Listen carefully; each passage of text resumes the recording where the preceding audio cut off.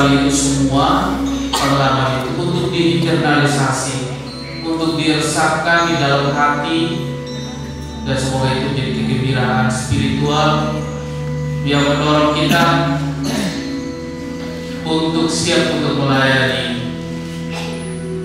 Untuk itu sebelum kita masuk ke dalam doa pembukaan, sebelum kita sebentar akan siri pengalaman iman, baik kita mengambil sikap duduk yang tenang, kita menutup mata dan kita mendengarkan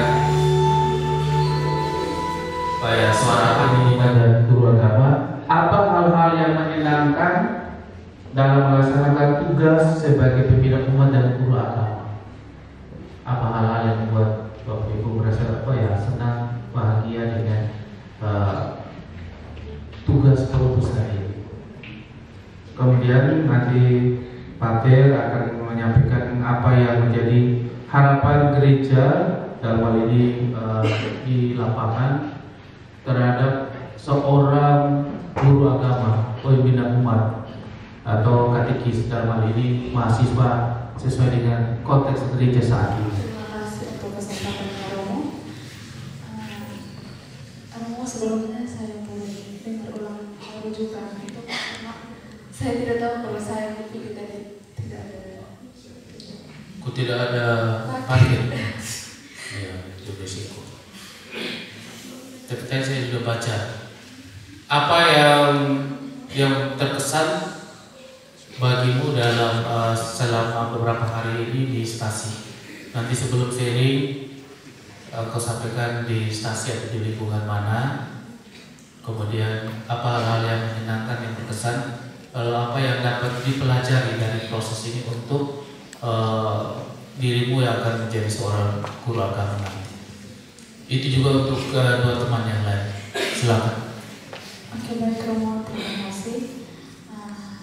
Perkenalkan, saya Dia. Kemarin saya kenal di stasi Teluk Maret dengan baik begitu. Nah, hal kedua yang berkesan menurut saya itu ketika kami melakukan kegiatan katekese. Nah, baru dari pengalaman saya, katekesnya sampai 6 jam lebih, mulai dari jam 5 sampai setengah 12. Itu gabungan dari anak-anak muda Katolik dan orang dewasa.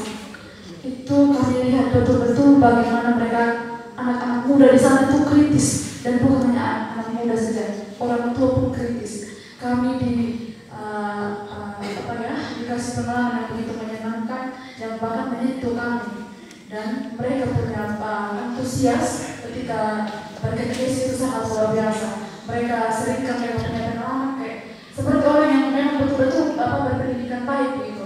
Satu hal lagi yang ketiga yang paling berkesan menurut saya itu ketika dalam proses katekese anak-anak muda omong begini, kakak, pas mau tutup, kakak terima kasih banyak sudah memberikan kami pencerahan yang begitu luar biasa.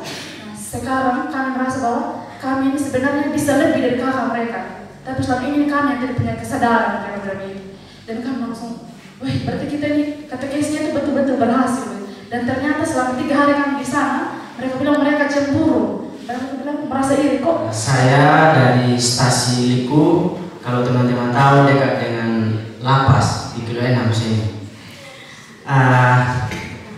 Pengalaman saya selama kurang lebih 4 hari dengan hari ini, khususnya di stasi Liku, kesannya itu yang paling menyenangkan. Yang pertama adalah kami 8 orang diterima dengan begitu luar biasa oleh Bapak Ketua Stasi yang hari ini malam ini juga hadir bersama kami. Itu Bapak Elda. Tepuk tangan untuk Bapak Elda. Lebih elegan atau lebih leluasa ketika kita melakukan katekese. Jadi kami juga ber-8 orang ini sangat setuju ketika kami turun langsung dengan umat. Jadi hal yang terjadi teman-teman bahwa umat itu sangat-sangat antusias.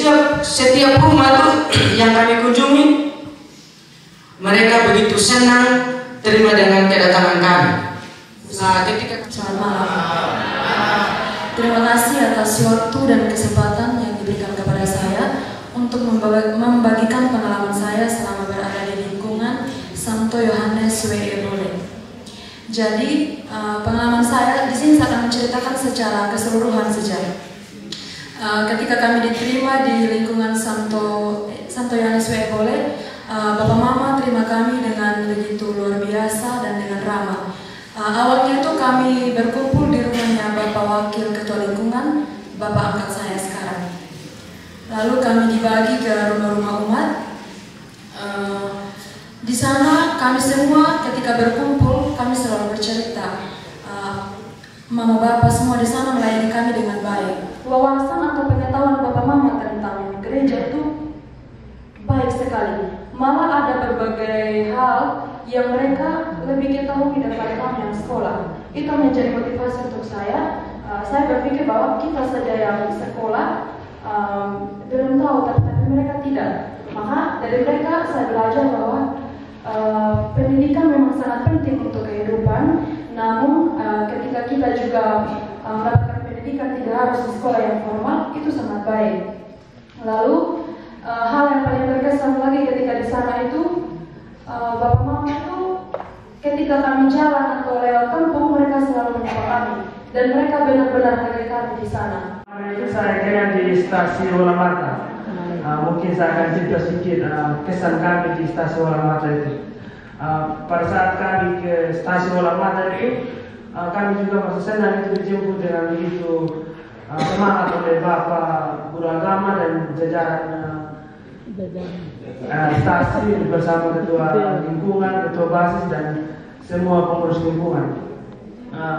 Ketika kami sampai di sana Bromo, kami sudah ditunggu oleh semua umat stasiun Walamata untuk dibagi ke setiap rumah.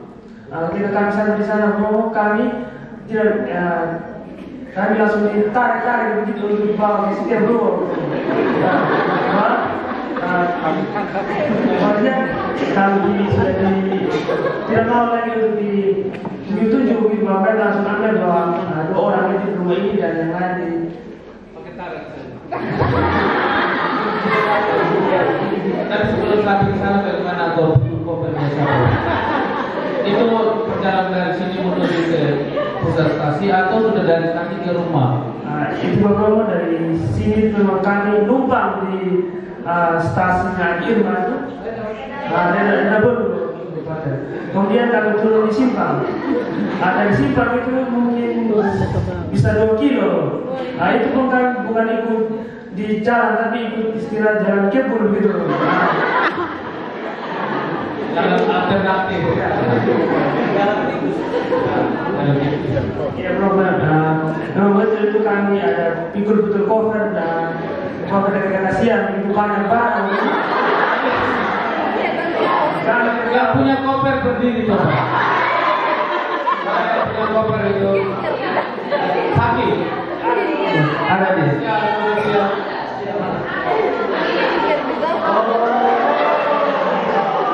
Ada dari pelah. Soalnya apa yang ini bawa?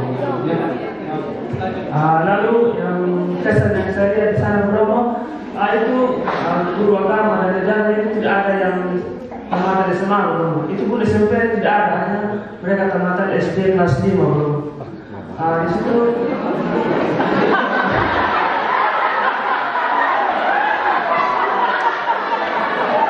tamatan SD semua. Nah, ini makin kacau.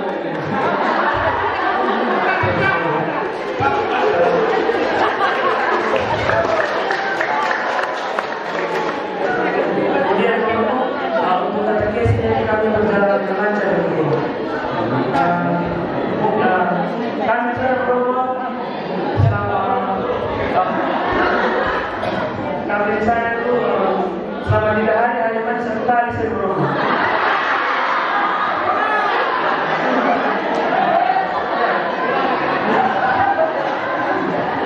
Ini ada pesan dari Bapak Agama untuk terbuka sampai di sana. Sedikit saya cerita sedikit. Kami dulu stasiun Lebar tempat saya menjadi pimpinan umat dulu, Pater Bernard bilang tutup gereja itu. Dari puji Tuhan, Pater Jansen Arnold punya semangat Simon Tenda punya semangat, dan di Bastian punya semangat, akhirnya Welebar tetap kokoh. Sekalipun dikelilingi oleh GKS. Stasi Welebar itu dikelilingi oleh 5 GKS. Itulah yang membuat saya semangat. Saya harus berubah, merubah stasi ini menjadi stasi yang sedikit dikenal, sekalipun belum terkenal tetapi sedikit dikenal. Hal-hal yang mendasar, mengenal hal-hal yang mendasar spirit tadi saya sudah sampaikan. Hal-hal yang mendasar adalah kenapa saya punya semangat itu. Saya jujur. Kalau sudah berkata jujur maka semua orang pasti suka. Yang berikut adalah setia melayani. Dalam pelayanan saya menjadi pembina umat tidak pernah kenal lelah.